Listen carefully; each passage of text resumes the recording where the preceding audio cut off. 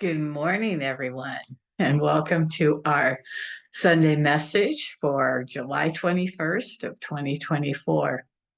I have a question for you. What if you came upon a person and they said to you, "Good morning, how are you today?"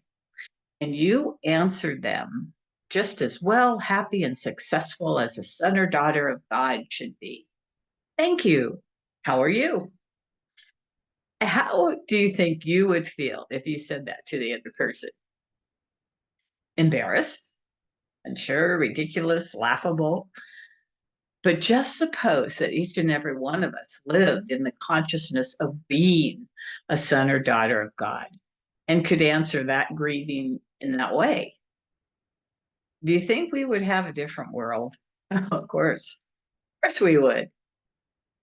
But who or what are the sons or daughters of God? And how can we identify ourselves as one of them? In Romans 8:14, it states, "For as many as are led by the Spirit of God, these are sons of God." And I'm going to put in, these are sons and daughters of God. However, the main part is being led by the Spirit of God. So, what does it mean to be led by the Spirit of God? It's really simple. It's just to take direction from God. But just for this, that, at our convenience? No. It means taking direction from God, source, the divine, whatever name you want to put on the one presence and the one power. We state each Sunday morning that there is only one presence and one power active in the universe and in my world, God, the good, omnipotent. The big question is, are we willing to put our faith into that one presence and one power? Are we willing to take direction from that one source of all? We all know what habits are, and a lot of us have heard that you can actually change a habit in 21 days if you're diligent in focusing on the new habit you want. So, one's being led by the Spirit of God can actually become a habit. To take direction from God, source, the divine, is actually an easy habit to acquire because it doesn't take long to realize that it's not only a very pleasant habit, but entirely natural one as well. Conscious unity with God is our birthright, which makes us sons and daughters of the divine. Any feeling of separation from source is actually inconsistent with our spiritual relationship with that one divine being. It's just that we're not in the habit of taking direction from the divine. But by disciplining ourselves to focus on our own understanding of who we truly are, then in that 21-day period they speak about to change a habit, we are actually increasing our connection to source self by enforcing our understanding of who and what we actually are.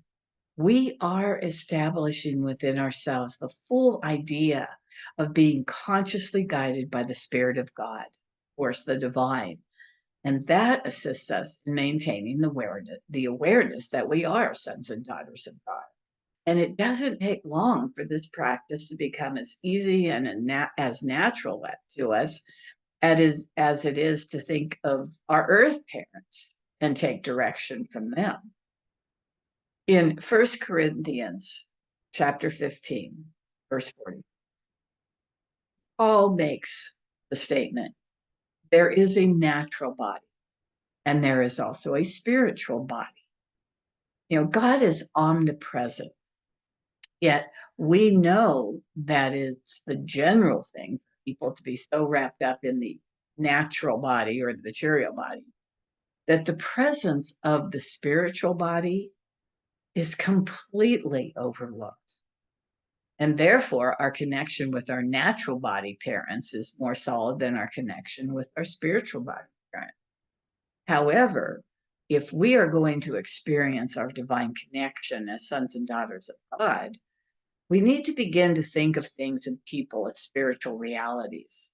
Charles Fillmore once wrote that we must consciously destroy the false concepts of materiality and build up in their stead the true spiritual idea.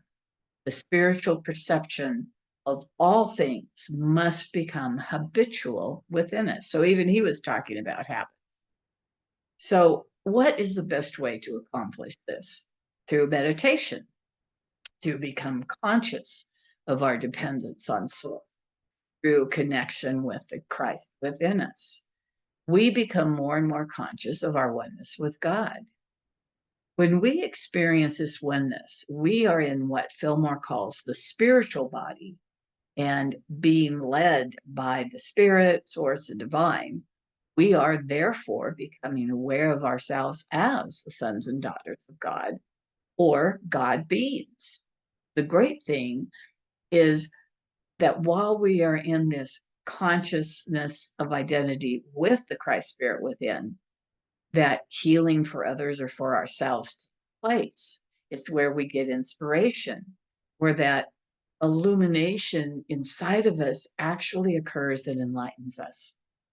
When we take the time to make this regular and consistent, constant contact with the Christ within, it actually gets us used to knowing ourselves as what we really are.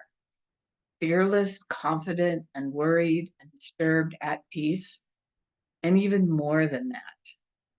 We begin to think of ourselves as being prosperous, healthy, joyful. And when we picture ourselves just as a person in this human body, it gives way to our thinking of ourselves as limited, sorrowful, sick, discouraged, aging, or even dying. And when this happens, these are only signs that in consciousness we have, in a sense, separated ourselves from our conscious awareness of the divine active in our lives. When we are in a consciousness of our real self, of the Christ within us, we abide, as the psalmist words say, in thy tabernacle and under the shadow of the Almighty, and we dwell in thy holy hill and in the secret place of the Most High. All of these statements indicating that an exalted or high feeling always comes when we have a spiritual understanding and communion with the divine. You know, we all have times when we feel down or out of sorts, and there are so many reasons for that. We didn't sleep well the night before. We ate something that didn't agree with us. We had a conversation with someone and it upset us. Something happened in our lives that threw us off. But when we find ourselves in any depression of feeling, the obvious remedy to apply in removing it is to raise our spiritual consciousness. You know, so just as the darkness disappears with light, so does material consciousness and its effects disappear when we reach out to the divine and take on the consciousness of the Christ. Truth teaches us that in reality, we're always with God, the divine, and God is always with us. God, the divine, and our real self, or our spiritual nature, are coexistent and co-equal. In the spiritual manifestation, God and humankind are united in infinite oneness. So there cannot be any separation of man from God and all his spiritual attributes. So all good, be it health, supply, harmony, love, life, or anything else we desire, is right here. Its demonstration in the outer is merely awaiting our conscious inner recognition that the spiritual self within us is coexistence with God's great universe, and that all things in it are God's, and therefore, because we are sons and daughters of God, these things are all also ours. However, because of a sense of separation, we don't demonstrate this in our lives. So where does this separation between the divine and us occur? It can only occur in one place, and that's in our belief. We hold the belief that there is some other power than God, Even though we say each and every Sunday that there is only one presence and one power inside of ourselves at a deeper level, we don't fully, with our minds and hearts, believe that. It may be that we have another belief that says before God can manifest the good for us, we ourselves must do something through our own personal efforts. There's something to weigh, to work hard, whatever. And when one then holds the greater power in our belief, is it your personality or is it God? Or maybe we think that world conditions are so adverse that we can't now demonstrate our good. If so, which power are we making the most powerful, God or the world? And maybe there's a part of us that's hesitant to bring forth all of our good because those around us who might get jealous of who we are what we are becoming. Then who are we putting our faith in? The others, all those around us, or God? And of course, we do live in a world where there is sickness, death, lack, pain, suffering. Fillmore called these the race ideas, a group consciousness that says these things must happen because we live down here on this earth plane. Sometimes it is these ideas and sickness and death, lack, whatever, that we have a greater belief in. We just have to keep asking ourselves, which is more powerful, sickness, death, lack, et cetera, or God? Because no matter what belief we entertain in regard to the predominance of any other power over God, the fact remains that God is the only power. Through our real self, the Christ within us, we demonstrate that power. As sons and daughters of God, it's up to us to choose to be more and more conscious that God, the divine source, is the only power that there is and is dwelling right within us all the time. Always has been, always will be. We were created by this divine being, and therefore we have all of that divinity within us. The beautiful thing is that when we have become conscious of the Christ dwelling, all of our thoughts act with much greater force and immediacy. If we keep our thinking with God, all that results are always for our highest good. When we think apart from God, the effects are not always to our liking. Even our passing thoughts can become a demonstration of God, the divine at work. So for that reason, we need to connect with the Christ Spirit within and do our thinking about life itself from that state of consciousness. So, for example, a friend of mine was sharing with me that she had been in contact with a family member and got all caught up in their troubles. And the next day, she had some car troubles, late to an appointment, had some other things happen. And when she was finally able to stop everything around her, she began to meditate on her only being a child of divine.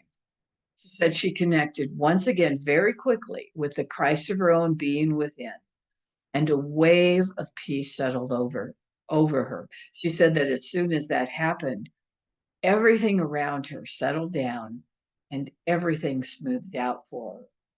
For me, I think this is the key to having life flow around us. We need to keep up the practice of realizing our divine relationship. The more constantly and continuously we practice accepting this inner guidance from the Christ within, the more closely we will begin to live a life that demonstrates all the good of God, the divine. Jesus was able to demonstrate this to the full, but only because he was fully aware of his connection to the divine. He stated more than once, the Father and I are one. We have this as a perfect example of what could happen to us if we become more and more aware that God, the divine, and I are also one.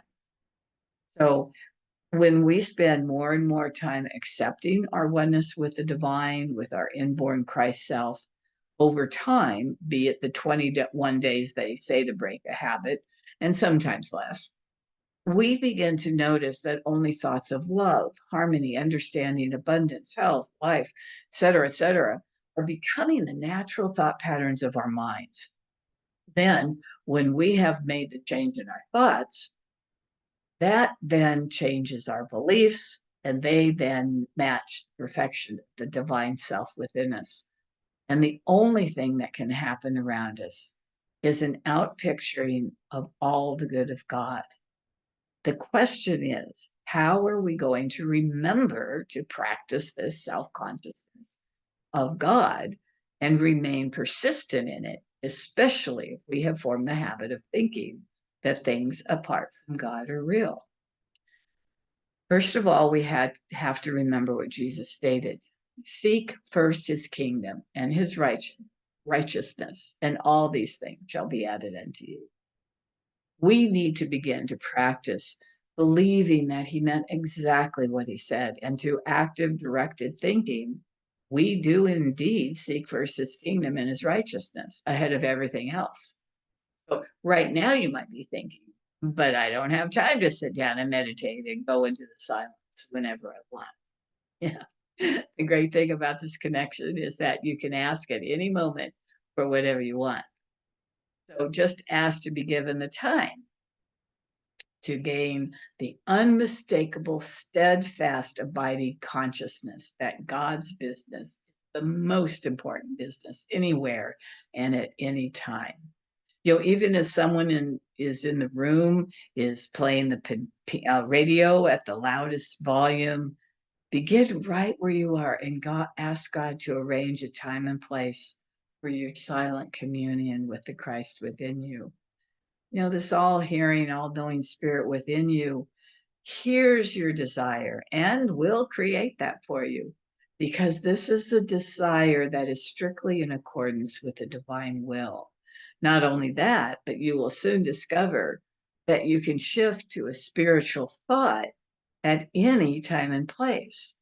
I have shared many times, and this comes from the book, The Way of Mastery, that no matter what is going on you, on around you, in you, you can say, I am the divine listening to this music. I am the divine doing these dishes. I am the divine driving this car. I am the divine listening to all the chatter in the restaurant. It doesn't matter what you're doing or experiencing.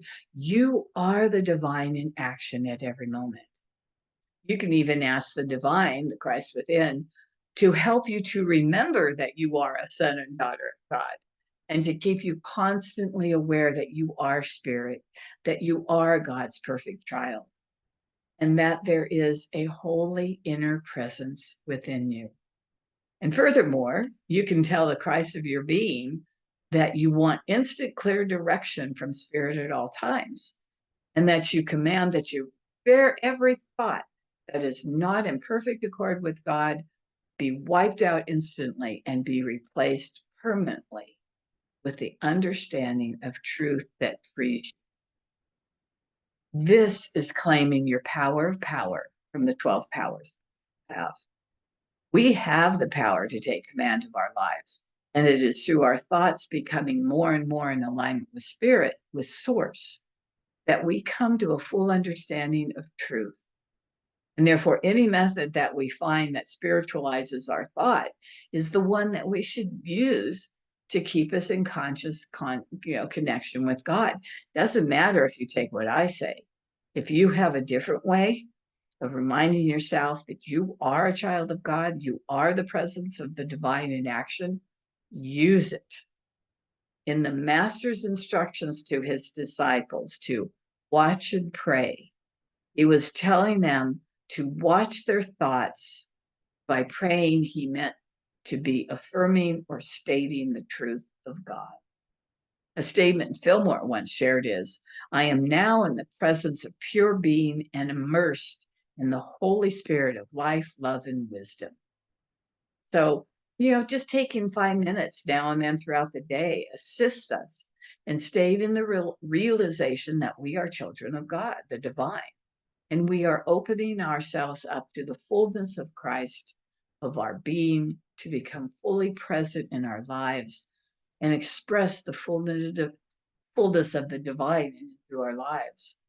In a short period of time, we will find that we are becoming conscious more and more often, dwelling still more and more constantly in the presence of God. Through more and more constant recognition and consciousness of the divine self in him, Jesus manifests the glory of the divine in his life. And when we remain as constant in our realization of the Christ presence, we too, as sons and daughters of God, will be on our way to having this same Christ mastery. Now, I would like now to take us into a time of meditation, and I would like to read to you a meditation from the book, The Three Magic Words by U.S. Anderson. So I invite you to close your eyes and be comfortable wherever you're at right now, and just take a deep breath. I know that I am pure spirit, that I always have been, that I always will be. The areas inside me are a place of confidence and quietness and security, where all things are known and understood.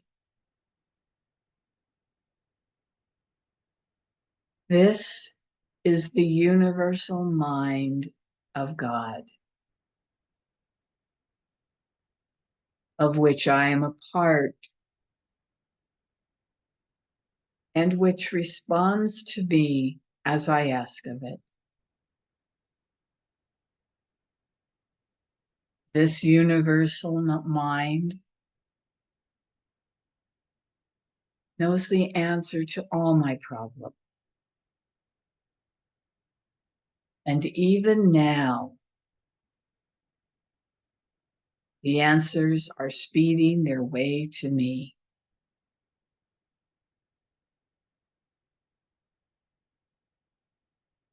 I don't struggle for them. I don't worry or strive for them.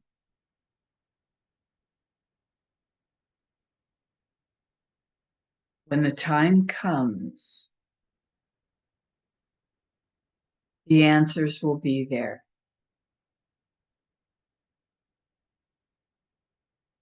I give my problems to the great mind of God.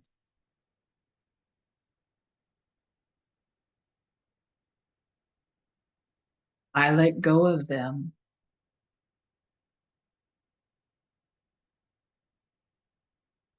Confident that the correct answers will return to me when they are needed. To the great law of attraction, everything in life that I need for my work and fulfillment will come to me.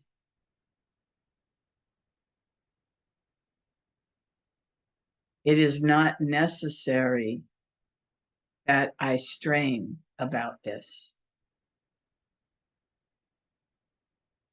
Only believe.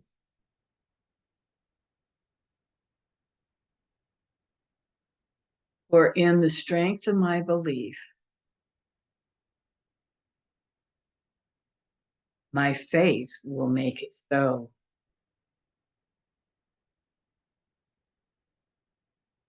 I see the hand of divine intelligence all about me. the flower, tree, the brook, the meadow.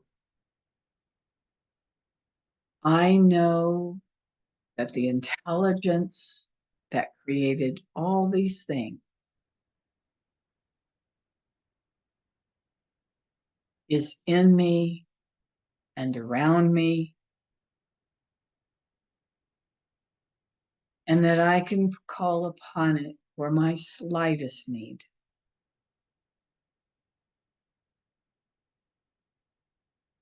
I know that my body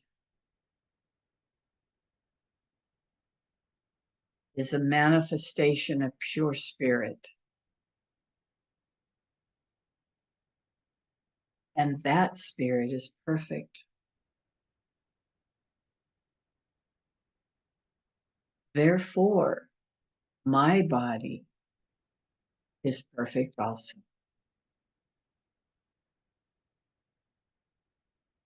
I enjoy life, for each day brings a constant demonstration of the power and wonder of the universe and myself. I am confident. I am serene. I am sure. No matter what obstacle or undesirable circumstance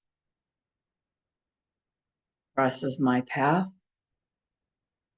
I refuse to accept it, for it is nothing but illusion. There can be no obstacle or undesirable circumstance to the mind of God.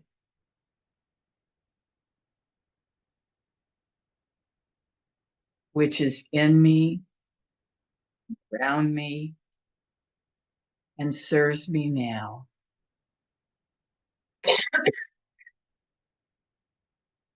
Thank you for joining us today. Have a beautiful rest of your day, a wonderful week, and may the glory of the God that is in you, as you, coming through you, make your life as beautiful, prosperous, healthy, joyful as you are ready to accept. God bless everyone. Take care.